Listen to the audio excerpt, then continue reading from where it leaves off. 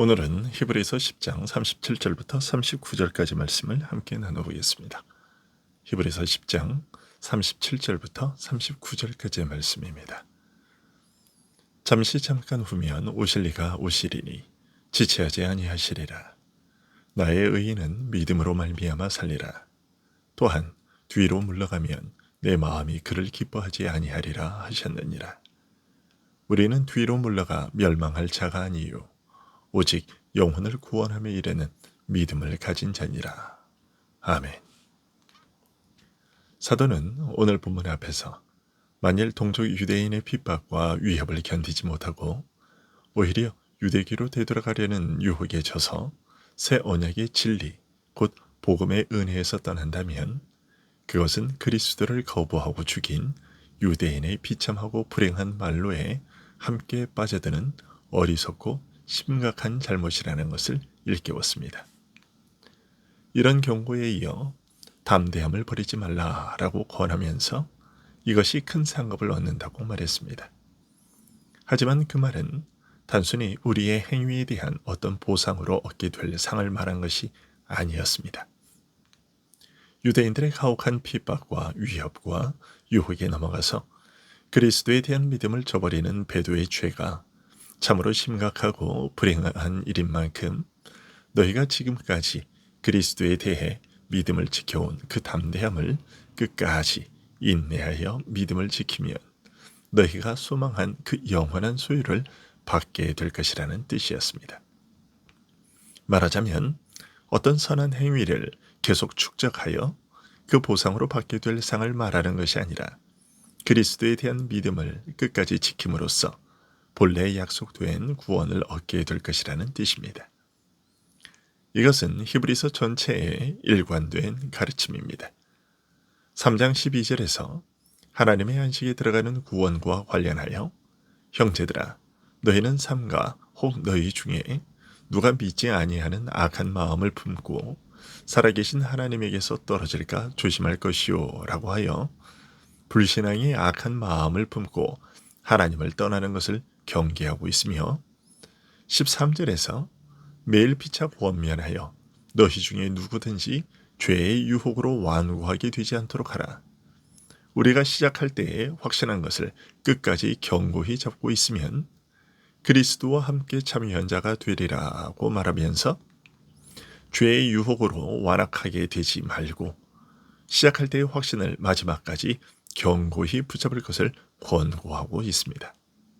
그리고 19절에선 이로 보건대 그들이 믿지 아니하므로 능히 들어가지 못한 것이라 라는 말로 과거 이스라엘의 광야 세대 중에서 안식에 들어가지 못한 자들은 불신앙 때문에 들어가지 못했다고 밝히고 있습니다.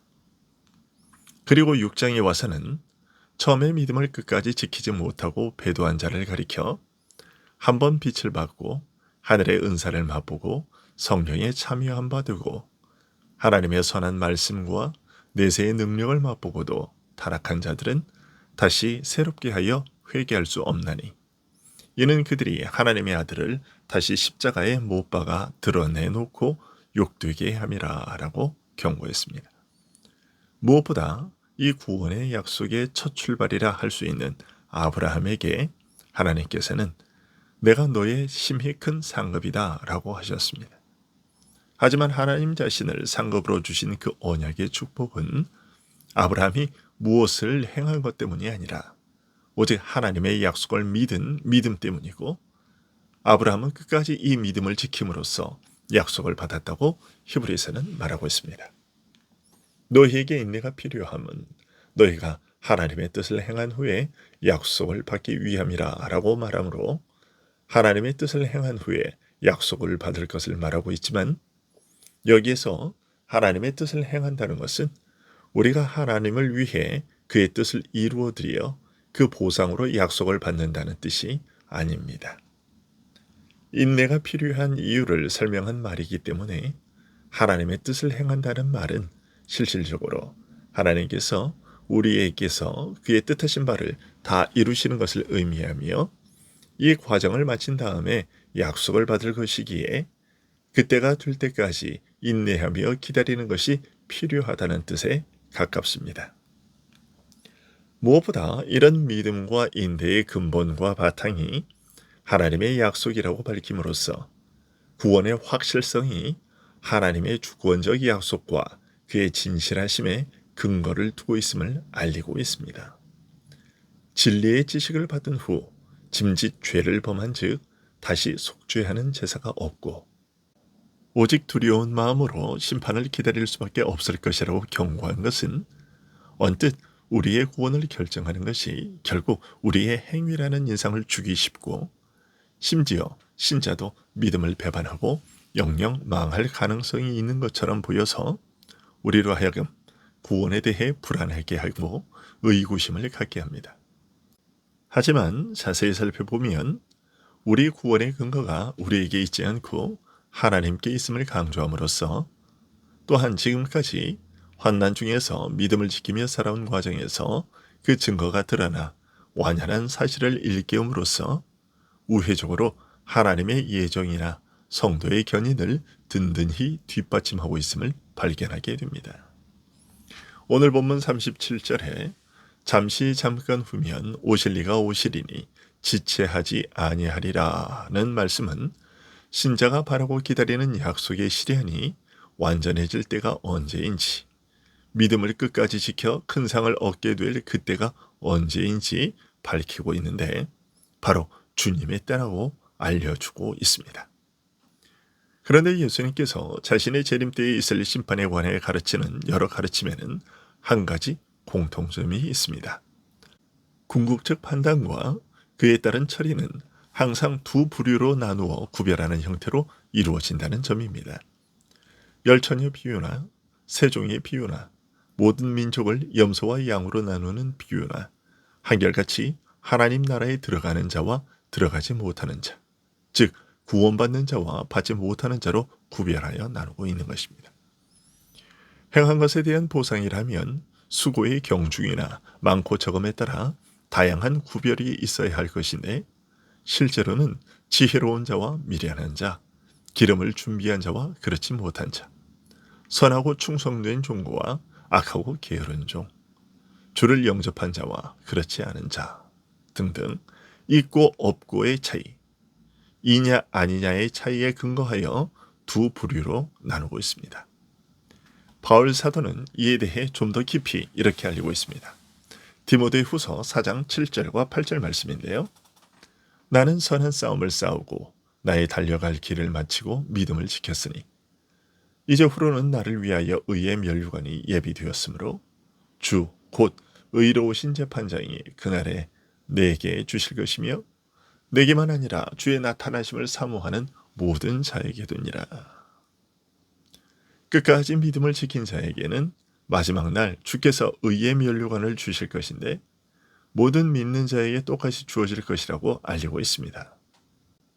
믿는 자의 삶은 처음부터 마지막까지 믿음으로 시종일관하며 어느 부분, 어느 순간에도 행위의 원칙이 개입할 여지가 없는 것입니다. 결국 이 믿음이 있고 없고에 따라서 모든 사람은 두 부류로 나누어지는 것입니다. 38절과 39절은 이런 내용을 확인하는 말씀입니다. 나의 의인은 믿음으로 말미암아 살리라. 또한 뒤로 물러가면 내 마음이 그를 기뻐하지 아니하리라 하셨느니라. 우리는 뒤로 물러가 멸망할 자가 아니요 오직 영혼을 구원함에 이르는 믿음을 가진 자니라. 신자의 삶은 모든 일에서 항상 언제나 오직 믿음으로 일관한다는 사실을, 그래서 믿음으로 시작한 것을 끝까지 지켜 달려갈 길을 다 달리되 믿음을 지킨 끝에 의의 면류관, 곧 약속된 구원을 얻게 될 것을 말한 다음 인류를 두 부류로 나누는 시금석이 될 이 믿음의 자세가 어떤 것인지 하박국 선지자의 말씀을 인용해 설명하고 있습니다. 고통과 위험을 날마다 몸과 마음으로 겪고 있는 교회를 향해 선지자 하박국이 겪어야 했던 고통과 의문과 낙심과 절망을, 그리고 하나님의 약속에 대한 믿음과 신뢰로서 그것들을 이긴 일을 상기시키면서 지금까지 고난 중에 지켜온 그 믿음을 끝까지 지킬 것을 권하고 있는 것입니다. 그리스도에게 속한 우리는 결코 이런 어려움 때문에 위축되어 뒤로 계속 물러나다가 결국에는 멸망에 빠지는 그런 자가 아니라 부르신즉 후회하심이 없는 부르심이요 영생에 이르기까지 끝까지 우리를 붙드실 그런 부르심이라는 뜻입니다. 우리를 불러 믿게 하신 그 믿음은 반드시 우리 영혼을 구원에 이르게 할 그런 믿음이라는 것을 일깨워주고 있는 것입니다. 기도하겠습니다.